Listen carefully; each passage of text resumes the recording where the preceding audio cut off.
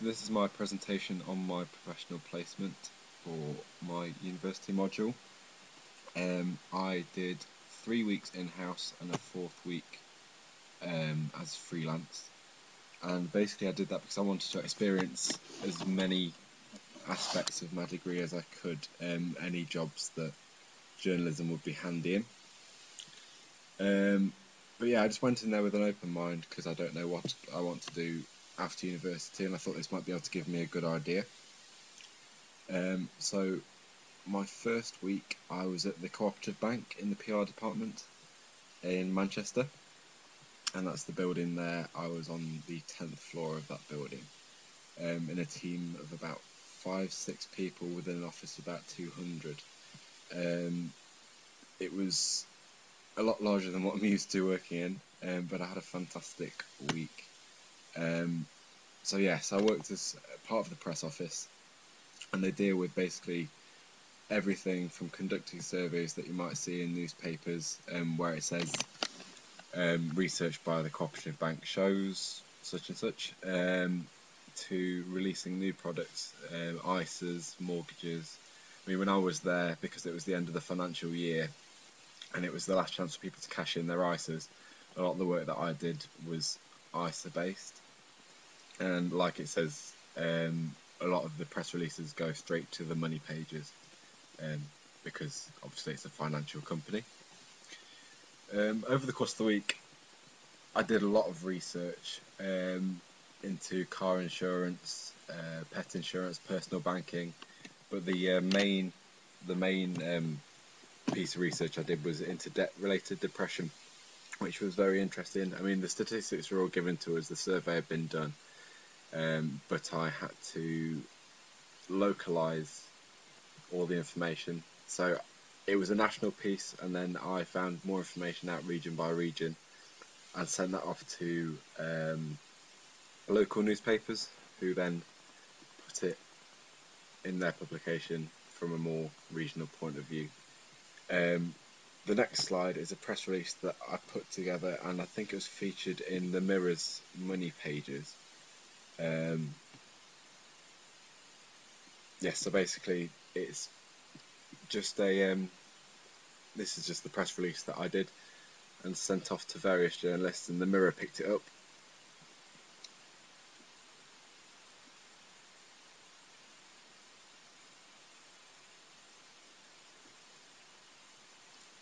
And there's the statistics that I found out for the press release itself.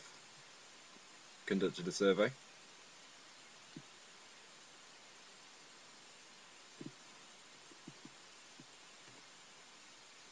And just a bit of information about the company.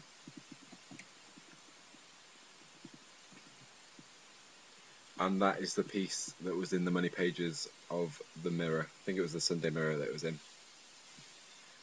But yeah, it's just the highlighted area of the Cooperative Bank, which was nice to see. A bit of my work in a national newspaper.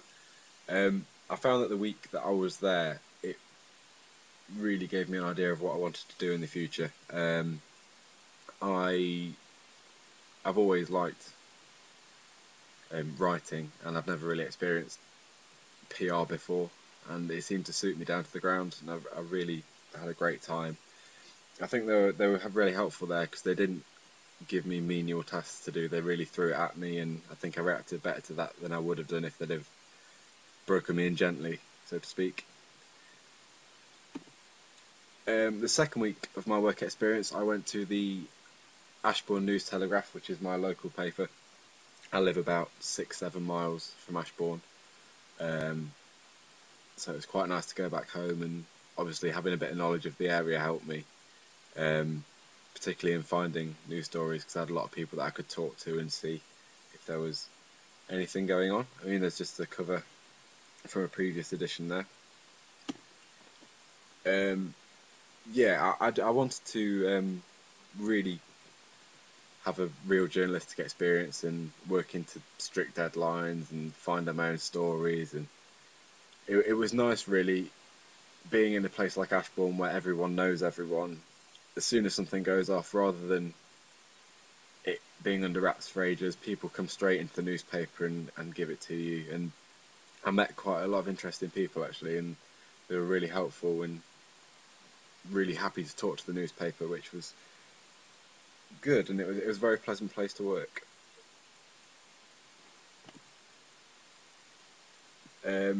Yeah, again, like at the Co-op PR, I was treated just as one of those. There was no breaking me in gently. The work was handed to me straight away, and I was given my own phone extension and email. So the moment I started talking to people who were giving me stories, I was keeping in contact with them personally. I didn't have to go through the paper itself. They were ringing me straight away.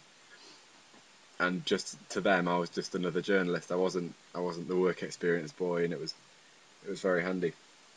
The first couple of days, I was writing nibs and fillers for the paper. The edition that was published on the 25th, Wednesday the 25th. A lot of my work was in there, but there was no byline. But the week after, there were 3 or 4 pieces in there that had my byline on there, lead stories. I think I've included one of them in the slides coming up. Yes, this is one of them. It's a gallery down my road.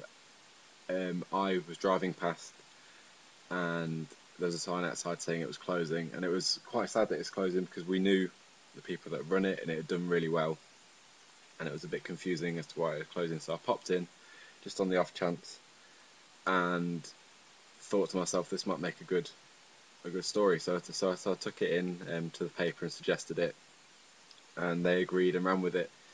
And it's in the paper that was out on the 2nd of May. Again, there's another one about an Ofsted report in Ashbourne. It was an outstanding report, but it got outstanding in every assessed area, which is pretty much unheard of, apparently.